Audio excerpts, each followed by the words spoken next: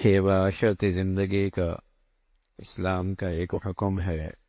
اور اس کی عظمت اہمیت یوں بتلائی کہ رسول کریم صلی اللہ علیہ وسلم سے فرمایا، آپ کہیے، آپ کہیے اپنی بیویوں سے اور اپنی بیٹیوں سے اور مسلمان عورتوں سے کہ اپنی چادریں ذرا نیچے کر لیا کریں،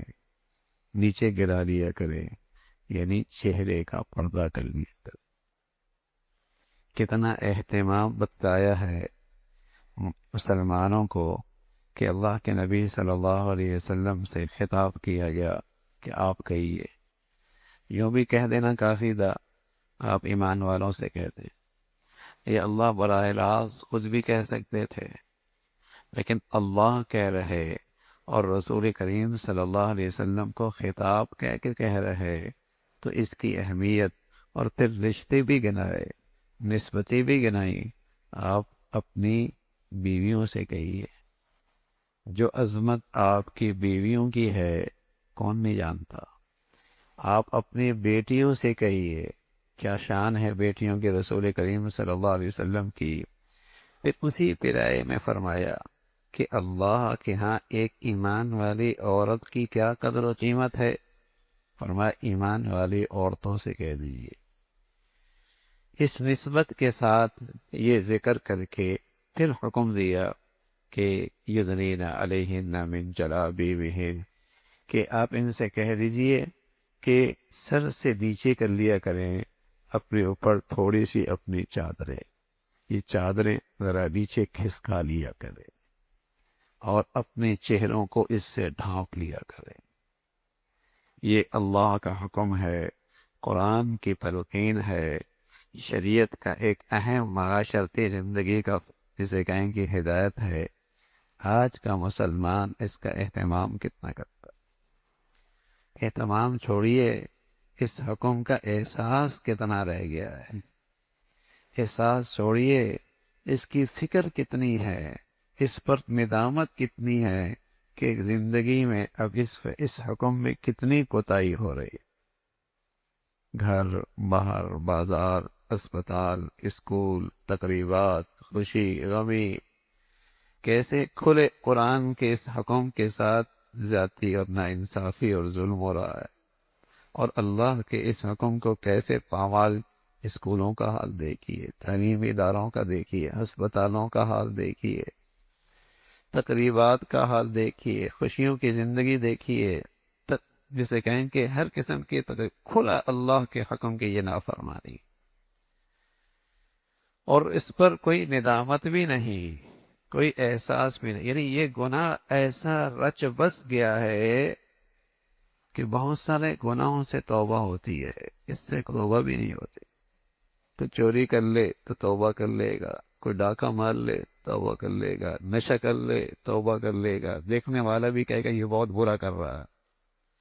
لیکن اس گناہ کو تو پالا جاتا ہے،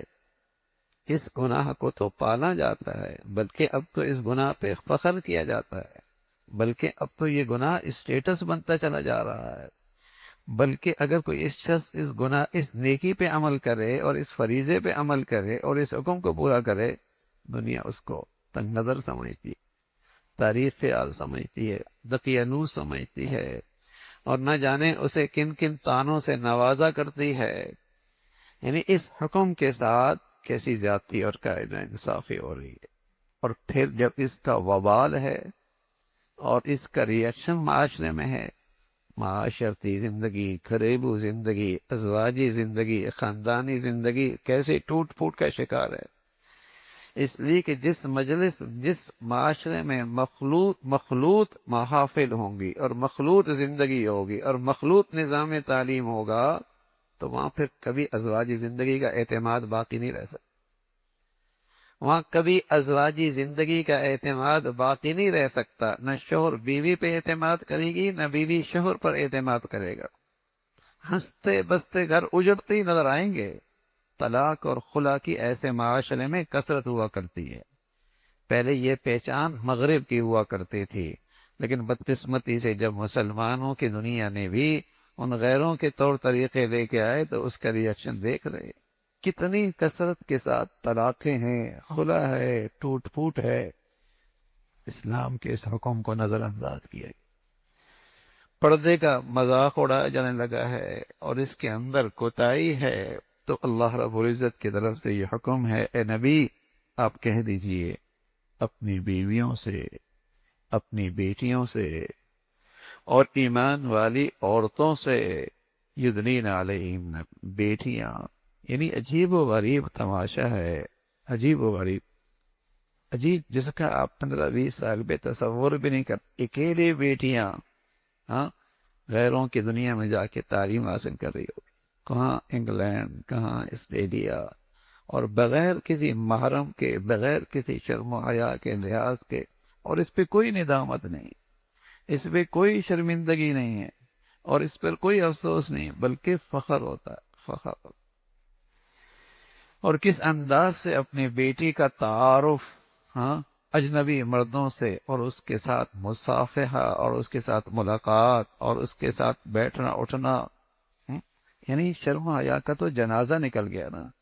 یہ تو بیج ہی ایسا لگتا ہے مرتا چلا جا رہا ہے۔ اور رسول کریم صلی اللہ علیہ وسلم فرمایا کرتے تھے، جہاں حیا نہیں ہے نا وہاں ایمان بھی نہیں ہے، جہاں حیا نہیں ہے وہاں ایمان بھی نہیں ہے۔ فرمایا دیوس آدمی جہنم میں جائے گا، اس کی بخشش نہیں ہوگی، دیوس آدمی جہنم میں جائے گا، اس کی بخشش نہیں ہے۔ وَإِنْ صَامَ وَصَلَّى، اگرچہ نماز پڑھے، روزہ رکھے،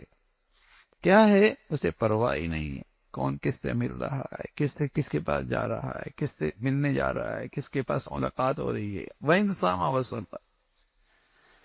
تو شرم و حیا مسلمان معاشرے کی زندگی ہے، اگر یہ نہ رہے تو مسلمان معاشرہ ٹوٹ پھوٹ کا شکار ہو جائے۔ ازواجی زندگی، خاندانی زندگی، باہمی اعتماد، یہ ساری روایتیں مسلمان معاشرے سے ختم ہو جائیں گی۔